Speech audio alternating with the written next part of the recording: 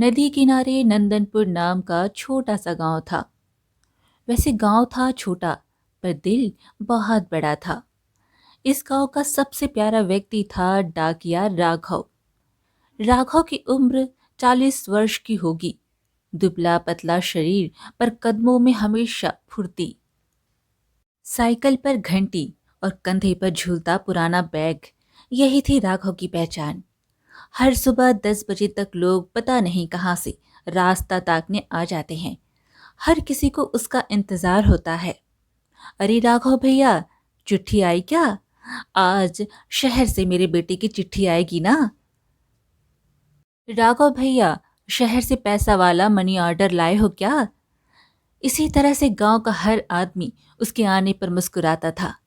चिट्ठियां उनके लिए सिर्फ कागज नहीं थी, वो प्यार थी, आस थी, घर का हाल थी, अपनों की खबर थी। क्योंकि उस समय तो फोन का उपयोग होता नहीं था। वो सुबह भी हर सुबह की तरह खास थी। हवा में हल्की ठंडक थी।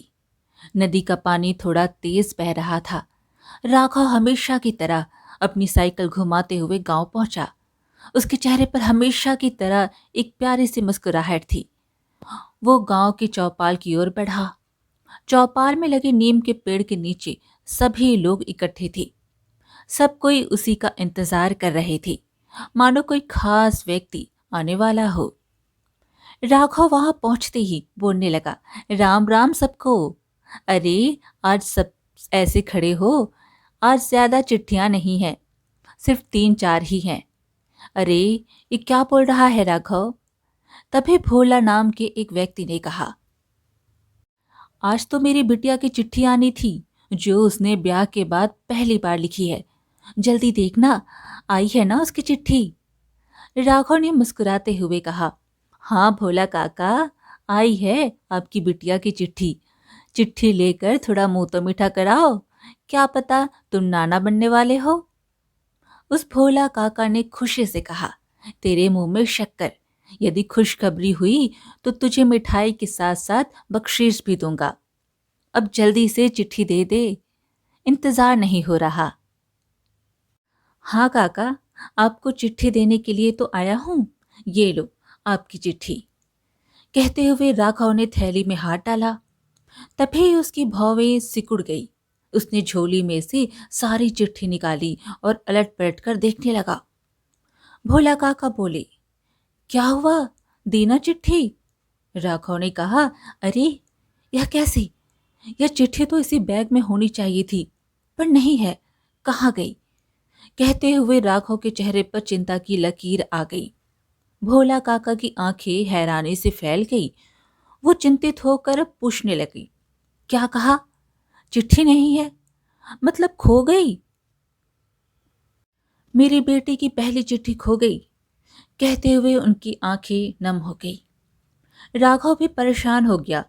गांव के लोगों में फुसफुसाहट शुरू हो गई। हाय राम, चिट्ठी कैसे खो सकती है? ध्यान से देख।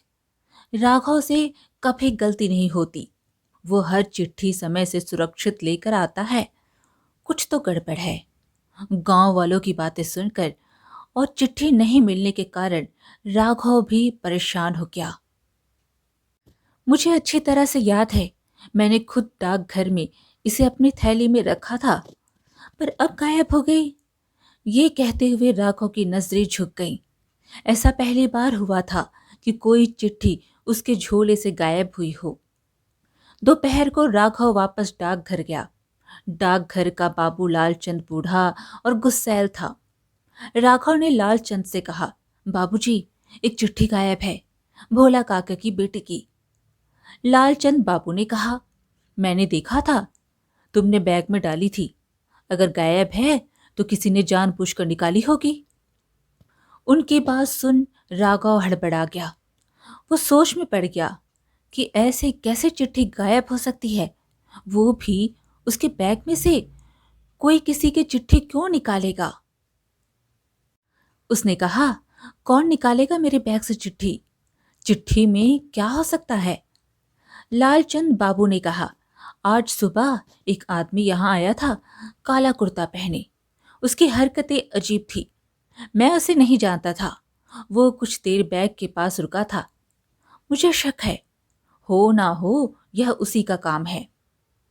राघव चौंका, मगर उसके मन में एक ही सवाल था कि किसी की चिट्ठी क्यों कोई चुराएगा।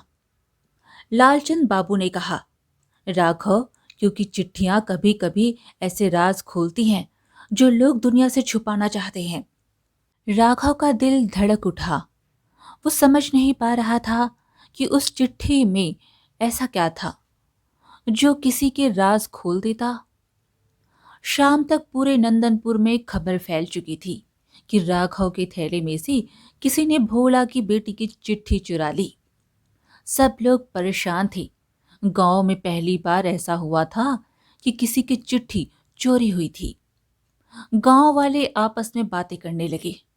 अरे ये गांव में क्या हो रहा है आजकल? किसी चिट्ठी को चुरा कर किसी को क्या हासिल होगा? यह चिट्ठियां ही तो हमारे सुख दुख का सहारा है, अब यह भी चोरी होने लगी। भोला काका दुख में थे। उनकी आंखें भरी हुई थी।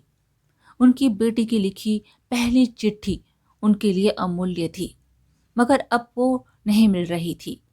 ना जाने वो ससुराल में किस हाल में होगी। यह सोचकर ही उनका कलेजा बैठा जा रहा था। राघव भोला काका की हालत देखकर खुद को दोष देने लगा। उस रात राघव को नींद नहीं आई। वो छत पर बैठा था। चांदनी रात थी। हल्की हल्की सी हवा चल रही थी। ऐसे अच्छे मौसम में वो सोच रहा था, कौन चुरा सकता है चिट्ठी, और क्यों? उसमें ऐसा क्या होगा जो वो चिट्ठी भोला काका के हाथ लगती तो किसे दिक्कत होती? अचानक उसके दिमाग में एक विचार आया। अगर चिट्ठी भोला काका की बेटी ने लिखी थी तो शायद किसी को डर था कि उसमें कोई सच लिखा होगा। गांव के कुछ लोग भोला काका की जमीन पर नजर रखते थे। कुछ लोग बेटी की शादी से नाखुश थे। कहीं क्या चिट्ठी में किसी का नाम लिखा था या किसी का कोई राज लिखा था? कहीं किसी के कारण भोला काका की बेटी को ससुराल में कोई परेशानी का सामना ना करना पड़ रहा हो। चाहे वह भोला काका की बेटी हो, मगर बेटी पूरे गांव की होती है। यदि उसे कोई दिक्कत होगी तो उसका पता लगाना ही होगा। राघव ने निश्चय किया, कल मैं उस चोर को ढूंढ कर रहूंगा।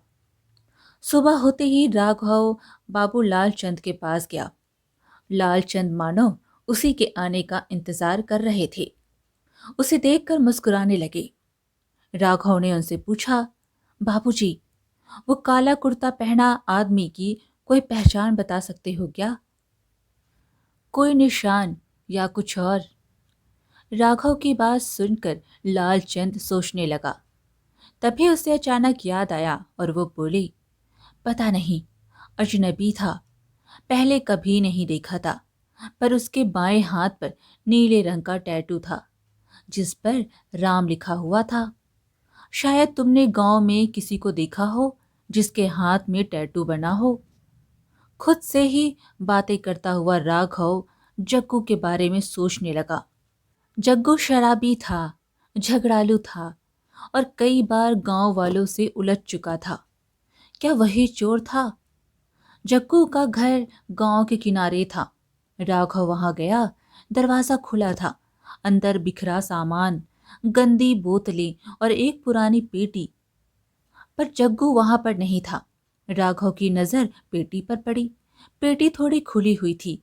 उसमें कोई कागज, कुछ सिक्के और एक लिफाफा था। राघव सोचने लगा, जग्गू के हाथ पर राम का टैटू बना है, कहीं उसका काम तो नहीं? भोला काका की बेटी की चिट्ठी चुराकर उसे क्या हासिल होगा? यह देख राघव का दिल जोर से धड़कने लगा। उसे समझ नहीं आ रहा था कि वो क्या करे। वो धीरे से झुककर लिफाफा उठाने लगा। तभी पीछे से आवाज आई, किसकी तलाश है राघव? यहाँ क्या कर रहे हो? राघव लिफाफा देखकर सोचने लगा, यह तो वही लिफाफा लग रहा है। सील भी पोस्ट ऑफिस की लग रही है। राघव ने मुड़कर देखा। वहां जग्गू उसके पीछे खड़ा था। उसके चेहरे पर अजीब सी मुस्कान थी। राघव थोड़ा सा डर गया क्योंकि वो बिना इजाजत जग्गू के घर में आया और उसके सामान को हाथ लगा रहा था। जग्गू ने कहा, क्यों, चिट्ठी ढूंढ रहे हो? गांव वालों की चिट्ठियां बहुत कीमती होती हैं। कभी रुला देती है, कभी हंसा देती है, अपनों के दिल का हाल सुना देती है। राघव ने कहा, तूने चिट्ठी चुराई है? देखो जग्गू, गांव की लड़कियां जब ब्याह कर जाती तो महीनों बाद उनके मायके से चिट्ठी आती। मैं जब उनके ससुराल में चिट्ठी पहुंचाता तो वो बहुएं दौड़ कर अंदर चली जाती, जैसे किसी गुप्त खजाने को पढ़ने जा रही हो। चिट्ठियां बहू बेटियों के परिवार से बात करने का जरिया है। जग्गू ने राघव की ओर देखा, फिर धीरे से कहा, मान लो अगर मैंने चिट्ठी चुराई है तो उसमें ऐसा क्या था जो भोला काका इतना घबरा रहे हैं? हो सकता है चिट्ठी उसकी हो ही ना। राघव ने कहा, ऐसा क्यों बोल रहे हो? वो उनकी बेटी की पहली चिट्ठी थी। उसमें प्यार था, उसके घर संसार की बातें थी। जग्गू के चेहरे की मुस्कान गायब हो गई। वो गंभीर होकर बोला, घर परिवार की बातें ही थी तो फिर भोला काका चिट्ठी खो जाने से इतना क्यों डर रहे हैं? तुम्हें नहीं पता राघव, उस चिट्ठी में कुछ और भी लिखा था। अब राघव का दिल बैठ गया। वो सोचने लगा, जग्गू को कैसे मालूम कि उसकी चिट्ठी में कुछ और भी लिखा है? राघव ने सवाल किया, क्या तुमने वो चिट्ठी पढ़ ली? क्या लिखा था उसमें? जग्गू बोला, मैंने चिट्ठी नहीं पढ़ी। वैसे भी चिट्ठी मैं थोड़ी पढ़ पाता हूँ। मैंने तो बस देखा था, लिफाफे पर किसी दूसरे आदमी का नाम लिखा था, भोला काका का नाम नहीं लिखा है। राघव हैरानी से उसकी ओर देखने लगा। उसे उसकी बात पर यकीन नहीं हुआ। राघव ने पूछा, भोला काका का नाम नहीं है तो फिर किसका नाम है? जग्गू ने बताया, रामलाल। उसी के नाम से यह चिट्ठी है। राघव के मन में हलचल मचने लगी। ये नाम काफी था क्योंकि रामलाल वही था जिसने भोला से पिछले कई सालों से दुश्मनी पाल रखी थी। कहने को तो दोनों सगे भाई थे, मगर दुश्मनी बहुत गहरी थी। जग्गू अचानक गंभीर हो गया। उसने धीरे से पेटी खोली। उसमें लिफाफा था जिस पर सचमुच लिखा था, रामलाल भेजने वाली भोला की बेटी। यह देख राघव की आंखें फैल गईं। वो सोचने लगा, भोला काका की बेटी ने रामलाल को चिट्ठी क्यों लिखी? जग्गू बोला, मैंने यह चिट्ठी पढ़ी नहीं, पर इतना जानता हूं कि इसमें कोई बड़ा राज छुपा हुआ है। भोला की बेटी किसी साजिश में फंसी है, शायद, या खुद ही कोई साजिश कर रही हो। राघव ने चिट्ठी अपने हाथ में ली। उसका हाथ कांप रहा था। अंदर कागज था। उसने पढ़ना शुरू किया। रामलाल काका जी, आप चिंता ना करें। पिताजी को मैंने सब समझा दिया है। आपकी और हमारे परिवार की साझी जमीन का हिसाब मैं गांव आते ही साफ कर दूंगी। आपका दिया हुआ पैसा मैंने वैसे ही छुपा कर रखा है। शादी के बाद बात करना मुश्किल है, इसलिए यह चिट्ठी लिख रही हूं।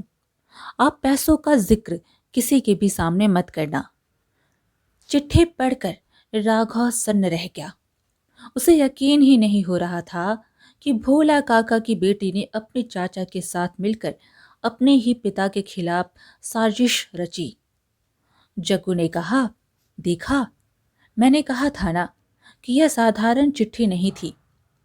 शादी के पहले भी वो लड़की छुप छुप कर चाचा और उसके परिवार से मिलती थी।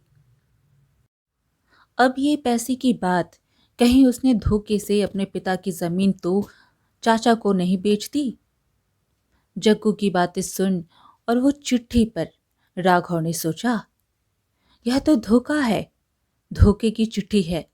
भोला काका की बेटी ने अपने मायके के खिलाफ किसी जमीन के लेन देन की साजिश रची थी, मगर इस चिट्ठी में कितनी सच्चाई है क्या पता। तुम क्या कहते हो जग्गू? इन सब के बारे में भोला काका को बताना चाहिए या नहीं बताना चाहिए? कहीं ऐसा ना हो घर परिवार टूट जाए। जग्गू ने कहा, राघव, तुम्हारे सामने नैतिकता और रिश्तों की सबसे कठिन लड़ाई है। तुम यह चिट्ठी देकर अपना फर्ज निभाओगे या फिर सच को छुपाकर भोला काका का दिल टूटने से बचा लोगे? राघव ने कहा, मैं ये चिट्ठी किसी भी शर्त पर भोला काका को नहीं दूंगा। जग्गू बोला, जब मैंने यही सोचकर चिट्ठी को गायब किया तब तो तुम मुझे नैतिकता का पाठ पढ़ा रहे थे, और अब क्या तुम्हारा दिल बदल क्यों गया? राघव बोला, क्योंकि यह सिर्फ चिट्ठी नहीं, घर तोड़ने का जरिया है। बेटी की गलती की सजा पूरे परिवार को नहीं मिलना चाहिए। भोला काका की बिटिया नई नई ब्याही है, अभी नादान है, उसे भले बुरे की समझ नहीं है। अगर यह सच भोला काका तक पहुंचा तो उसके साथ साथ बिटिया के ससुराल में भी अशांति होगी। वे लोग उसके बारे में उल्टी सीधी बातें करेंगे। उसकी बातें सुन जग्गू ने गहरी सांस ली। राघव ने चिट्ठी को मोड़ा, अपनी जेब में रखा और बोला, मैं यह चिट्ठी नष्ट कर दूंगा। कभी किसी को पता नहीं चलेगा कि क्या लिखा था। अगले दिन राघव गांव पहुंचा। सभी लोग उसके पीछे पीछे चल रहे थे। राघव गांव की चौपाल पर पहुंचा। भोला काका भी वहां खड़े इंतजार कर रहे थे। वे बोले, राघव, मिली चिट्ठी? राघव ने कहा, हाँ काका, मिल गई चिट्ठी। ये कहते हुए राघव ने अपना खुद का लाया हुआ एक खाली कागज निकाला, उस पर 4 लाइनें लिखी थी और भोला काका को देते हुए कहा, आपकी बेटी ने लिखा है, वो खुश है, सब कुशल है और त्योहार पर घर आने का वादा किया है। अपनी बेटी की चिट्ठी में लिखी बातें सुन भोला काका ने राहत की सांस ली। उनकी आंखें भर आई और वो बोलने लगे, अरे राघव, तू भगवान का भेजा हुआ फरिश्ता है, अपनों की खबर पहुंचाता है। राघव शांत था, उसका दिल हल्का था, क्योंकि आज उसने चिट्ठी पहुंचाई नहीं थी, बल्कि एक पिता का भरोसा टूटने से बचा लिया था। जब त्योहार के अगले हफ्ते भोला काका की बेटी कुसुम अपने ससुराल से मायके आई, घर में हलचल थी। भोला काका ने कहा, देखो, मेरी बेटी आई है, अब पता चलेगा ससुराल कैसा है। पर उसके आने से राघव का दिल धड़क रहा था। वो सोच रहा था, क्या कुसुम को याद होगा कि उसने चिट्ठी किसी नाम से भेजी थी? क्या वो कुछ बोल देगी? तभी कुसुम अंदर आई। भोला काका उसे सीने से लगाकर रो पड़ी। लाडो, तेरी चिट्ठी पढ़कर मन को शांति मिली। अपने पिता की बात सुन कुसुम चौंक गई, क्योंकि उसने तो कोई चिट्ठी लिखी ही नहीं थी। कुसुम ने कहा, आपको मेरी चिट्ठी मिली? कौन सी चिट्ठी? मैंने तो कोई चिट्ठी नहीं लिखी। कमरे में सन्नाटा छा गया। भोला काका मुस्कुराए। उन्हें लगा इतने दिन हो गए हैं तो शायद बेटी भूल गई होगी। फिर वो बोले, अरे वही जिसमें तूने लिखा था कि तू खुश है, त्योहार पर आएगी। कुसुम बोली, अरे पिताजी, मैंने तो चिट्ठी भेजी ही नहीं, मुझे तो लिखने का समय ही नहीं मिला। यह सुनकर भोला काका के पैरों तले जमीन खिसक गई। घर की महिलाओं ने एक दूसरे को देखा। भोला काका ने हैरानी से पूछा, क्या तूने चिट्ठी नहीं लिखी? कुसुम बोली, नहीं पिताजी।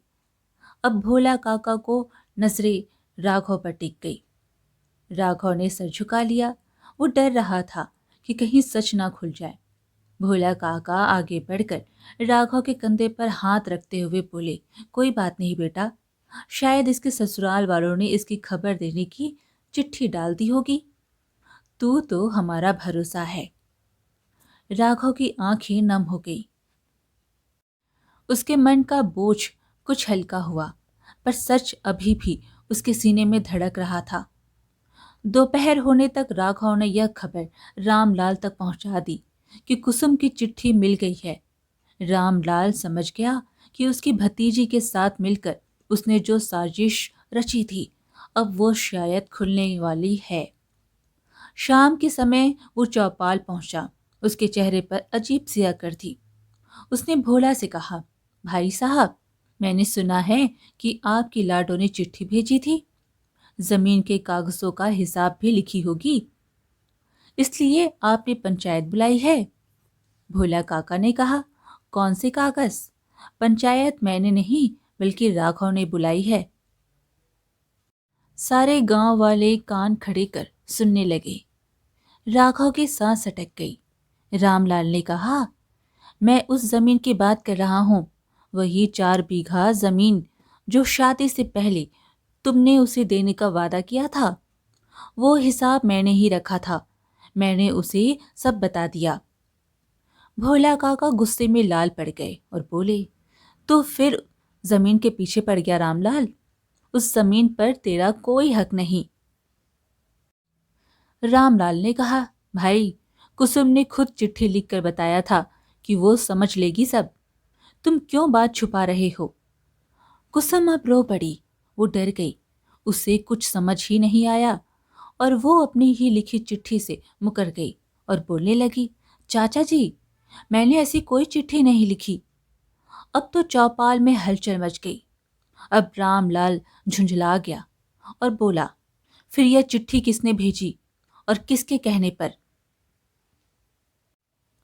इस राघव को चिट्ठी के बारे में कैसे पता? राघव का दिल कांपने लगा। अब सच खुलने ही वाला था। राघव ने कहा, भोला काका, कुसुम बिटिया एक सच है जो अब मैं छुपा नहीं सकता। गांव चुप हो गया। जग्गू भी दूर से देख रहा था। राघव ने कांपती आवाज में कहा, वो चिट्ठी जो भोला काका आपको मिली थी, कुसुम ने नहीं लिखी थी। वो चिट्ठी चोरी हुई थी और मुझे जब वो वापस मिली मैंने असली चिट्ठी जला दी। अब भोला, रामलाल, गांव वाले सब सन्न रह गए। भोला काका की आंखें गुस्से में लाल हो गई। वे बोले, तूने मेरी बेटी की चिट्ठी जला दी? राघव बोला, हाँ काका, क्योंकि उसमें ऐसा राज था जो घर तोड़ सकता था।